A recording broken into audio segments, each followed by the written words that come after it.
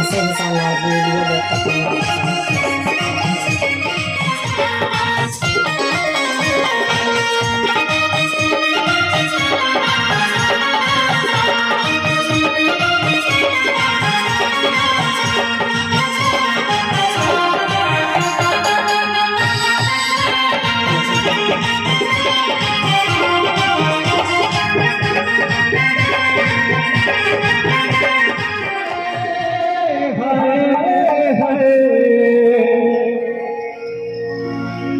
भगवान बड़ी फुर्सत से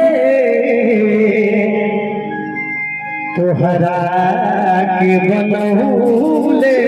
बड़े भगवान घनु के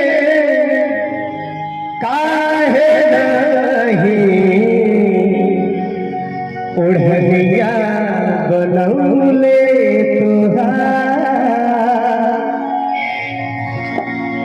निशा जी भगवान को हम कि तारा के बनौले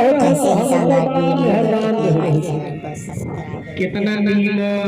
इतना नीक इतना सुंदर तारा जैसा लड़की के अगर हम दुपट्टा बनी तो 24 घंटा साथ में चली का होगा हम गलत बोलता है हमरा खातिर तोहरा के दुनिया में रहूले बारे है